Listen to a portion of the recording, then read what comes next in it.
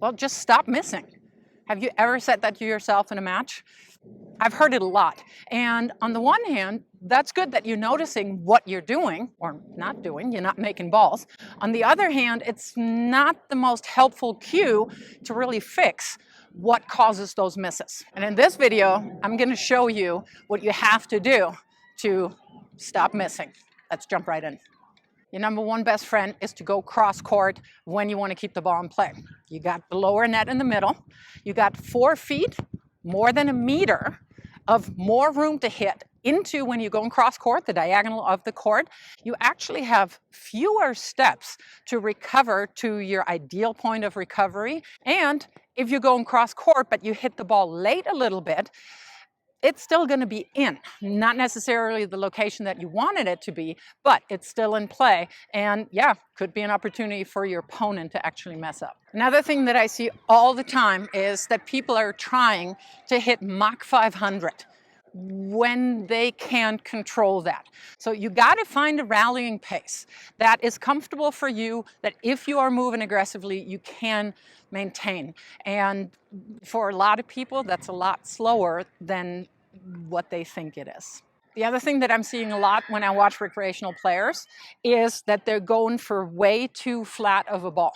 There's a lot of net errors. And to be honest, I don't think there's a difference whether you miss it wide or in the net or deep. The only thing is, if you miss it in the net, you don't even give your opponent the chance to make a bad call to their own disadvantage if they call an out ball in. That's the only reason why you don't want to miss in the net, to my mind, actually. A healthy rally height, to my mind, is at least 1 racket length over the net, as a rule of thumb. But the further you're being pushed off the baseline, the more height you want to add to also get depth. You've got to know where your court position is as you're hitting the ball. If I'm further back here, for all I care, outright lob the ball to stay in play. You don't want to try to slap a winner from back here. If you can move in, always a good cue. If you have both of your feet inside the court, you can be a little bit more aggressive and of course then hit a little lower over the net. So do not go for lines. Repeat, do not go for lines.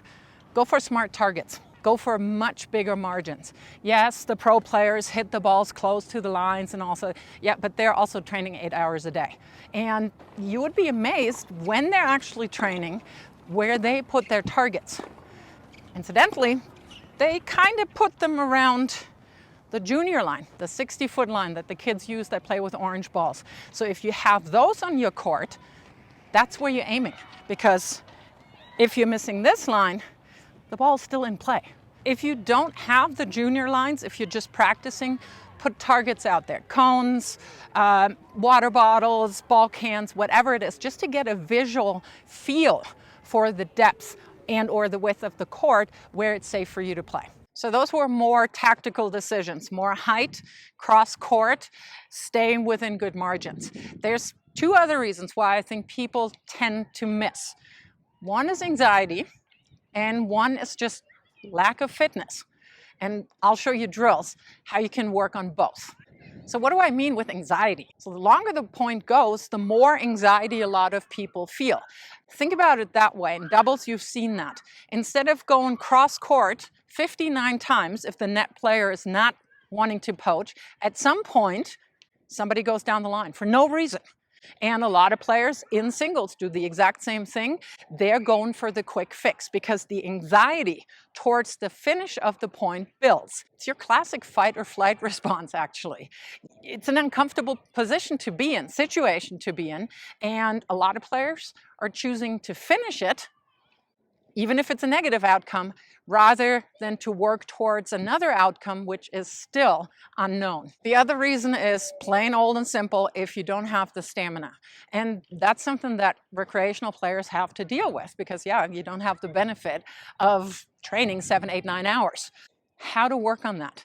In fact, I have a great drill, a few drills that you can use to build your consistency and your stamina and also your shot tolerance. So the first drill is very simple, yet very hard. It's called the Pyramid 10 drill.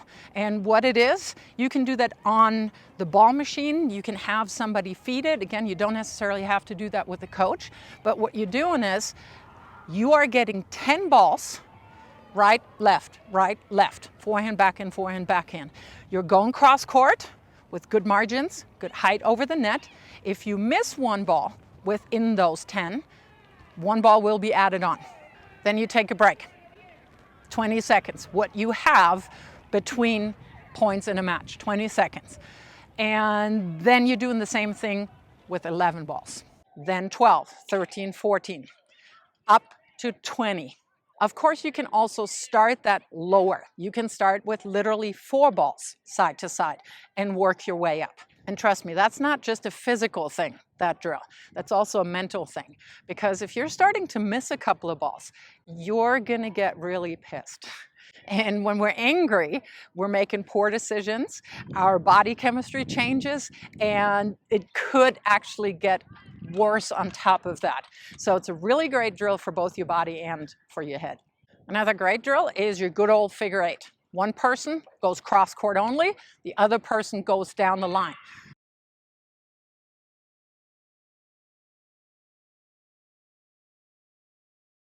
It's a great drill for your head and, of course, for your body. And you'll notice that if you're the player who goes down the line, you're going to have to run a whole lot more. But adding more topspin to the ball to get more height immediately, immediate lift, but also a lot of rotation to keep the ball in play.